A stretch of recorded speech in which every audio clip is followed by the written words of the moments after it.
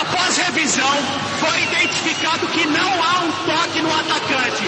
A decisão final é não penal e cartão amarelo por simulação. Não deu toque nada, deu.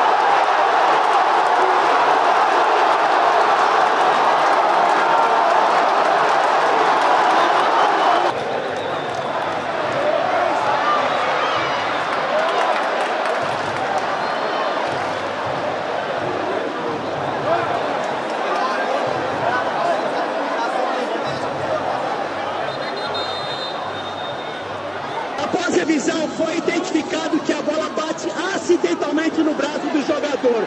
Portanto, a decisão final é não penal.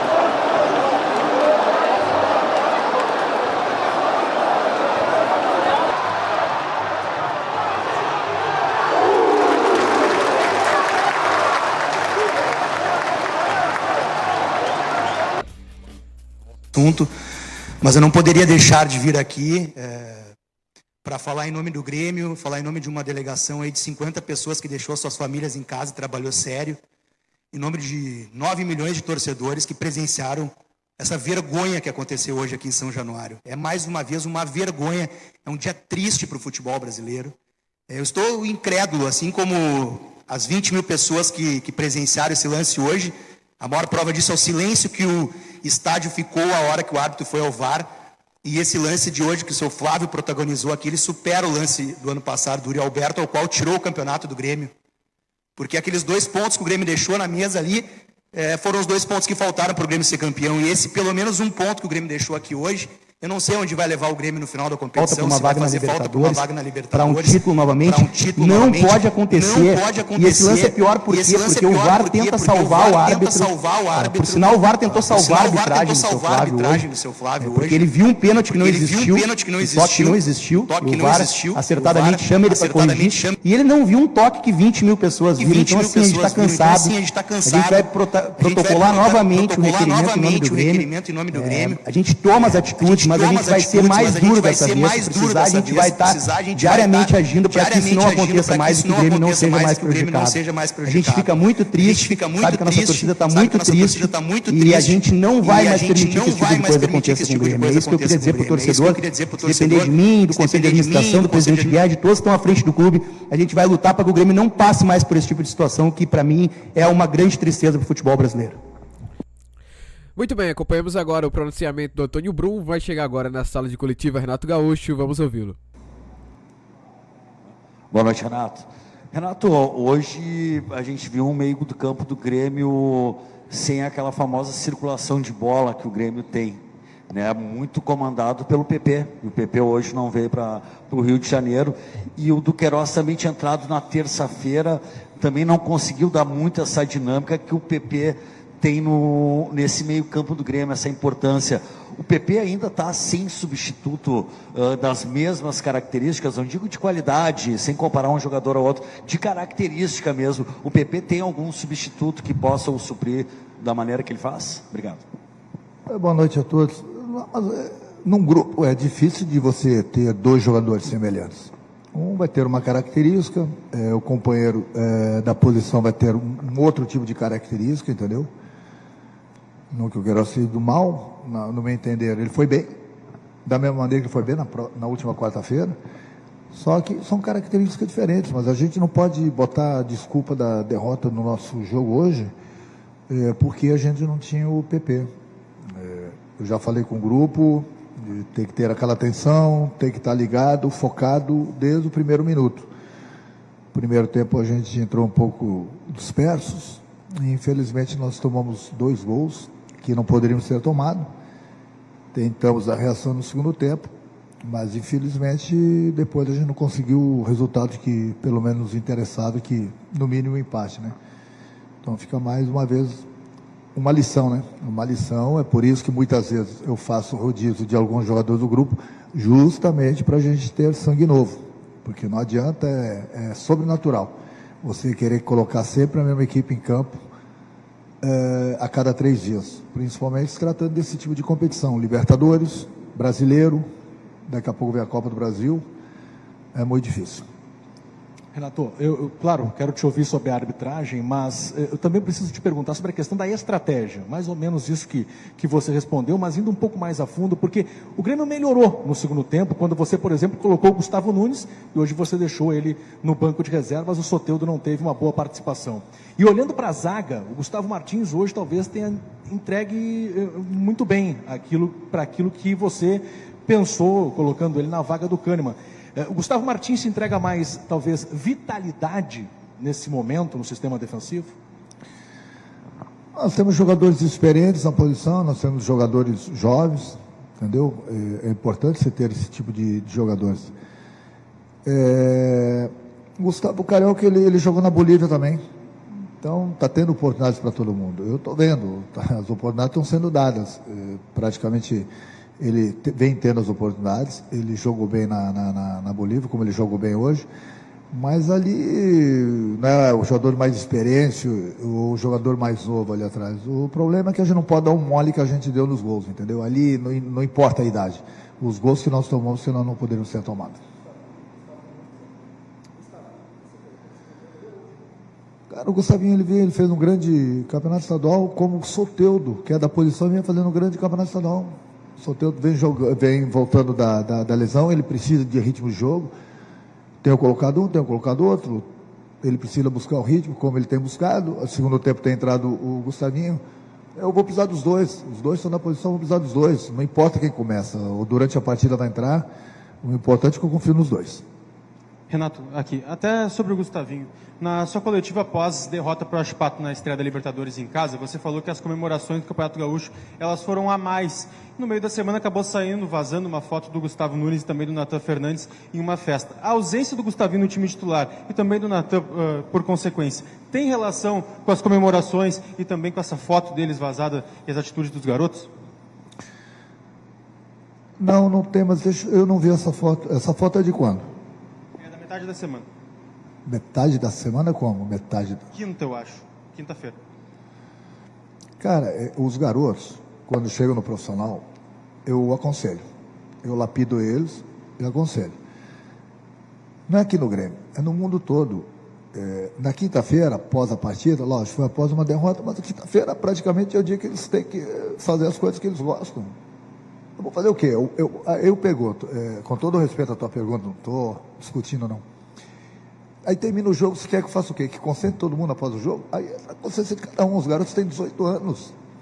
Os garotos gostam das coisas. O que eu vou fazer? Na quinta-feira era o dia certo. Eu só falei lá atrás, muita gente, muita gente achou que o grupo quebrou a confiança que eu tenho neles. Não, ninguém falou em momento algum disso, depois do campeonato. Como que você vai segurar um grupo depois de ganhar um título? Se você conseguir segurar um grupo, ou algum clube conseguiu segurar um grupo depois de ganhar um título, me fala que esse cara é o gênio do planeta. Não tem como segurar. Então eles foram festejar com as famílias deles, as namoradas deles, depois do título, sábado à noite. É uma coisa normal. Só que o desgaste psicológico, o desgaste físico, é uma coisa que... Aí quando eu fico poupando 3, 4 jogadores, não, mas por que não pode?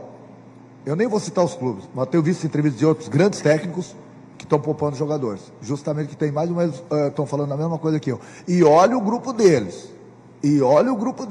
Aí eu não posso poupar 3, 4 jogadores. Aí eu botei o PP queria jogar o jogo da Libertadores. Eu falei que não, porque ele estava bastante desgastado, poderia machucar.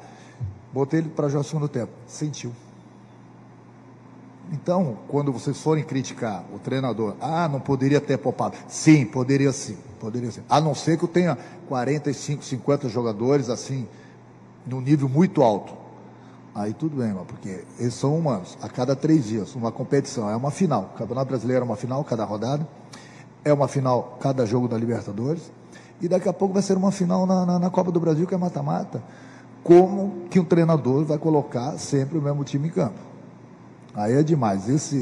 Essa pergunta eu espero que não tenha mais que responder. Se vocês forem olhar o discurso de outros treinadores, que eu concordo com eles, que eles têm um plantel bem acima do meu, muito melhor que o meu, estão poupando jogadores. Bom, aí fica a critério de cada um. Renato, tudo bem?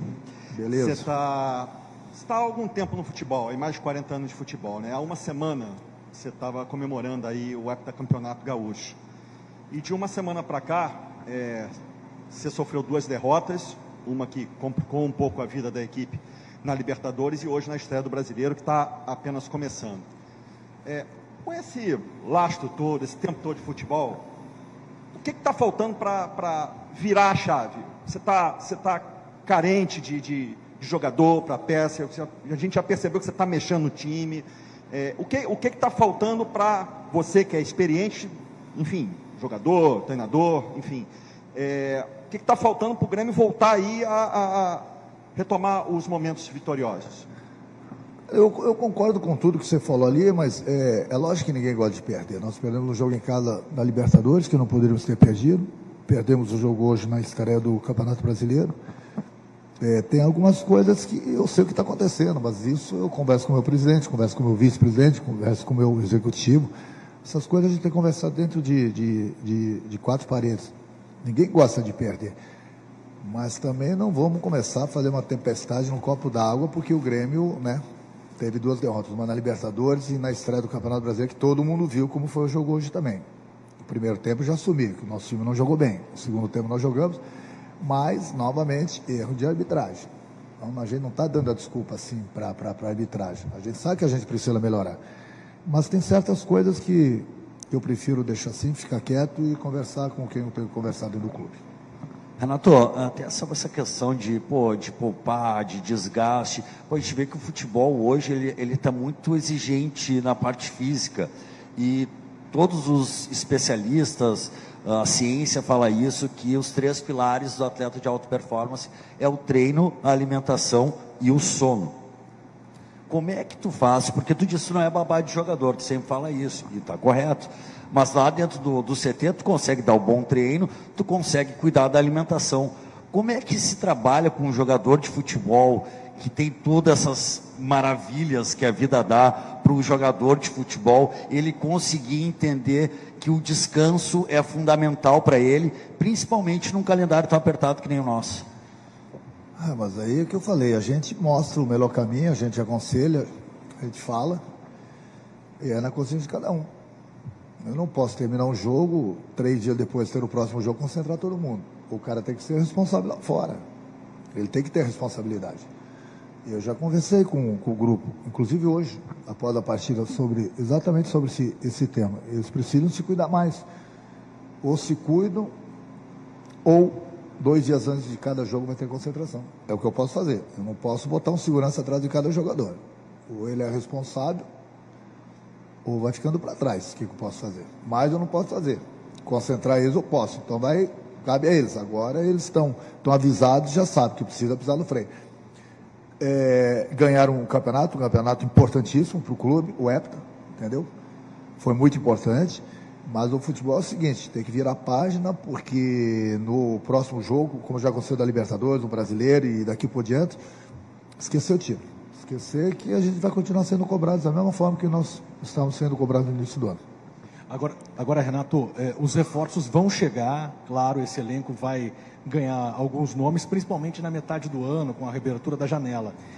Mas você não teme que possa ser tarde demais? O início na Libertadores já não foi dos melhores e o Campeonato Brasileiro vai estar em disputa até a metade do ano. Você consegue manter o Grêmio na disputa do Brasileirão até a metade do ano com o que você tem na mão hoje? Eu não sei, eu trabalho para isso, né? Mas a gente conversa bastante sobre contratações. Aí eu faço até essa pergunta para vocês, que não é o trabalho de vocês, mas cadê os jogadores? Contratar por contratar, tá cheio de jogadores que se oferecem. Eu mesmo recebo várias ligações de empresários, o executivo recebe, o vice-presidente recebe, mas trazer por trazer não adianta. Daqui a pouco você está com 60 jogadores no plantel e alguns que não estão resolvendo o teu problema. Que a gente precisa contratar, é lógico, eu já falei isso durante o Campeonato Estadual. Nós estamos atentos, nós estamos trabalhando quanto a isso. Mas é difícil contratar. Ou por falta de dinheiro, que muitas vezes o jogador é caro, ou principalmente por falta de jogadores no mercado. Hoje qualquer jogador, se fala em 4, 5 milhões de euros, se fala em 700, 800 mil por mês. É inviável. Para o Grêmio é inviável. Tem clubes que, se conseguirem pagar isso, tudo bem. E mesmo assim está difícil de conseguir os jogadores. Quem tem dinheiro, bom dinheiro no clube, vai às compras. Quem não tem, o que eu vou fazer? É o grupo. Mas a gente sabe que a gente precisa de reforços. Obrigado, Renato. Obrigado.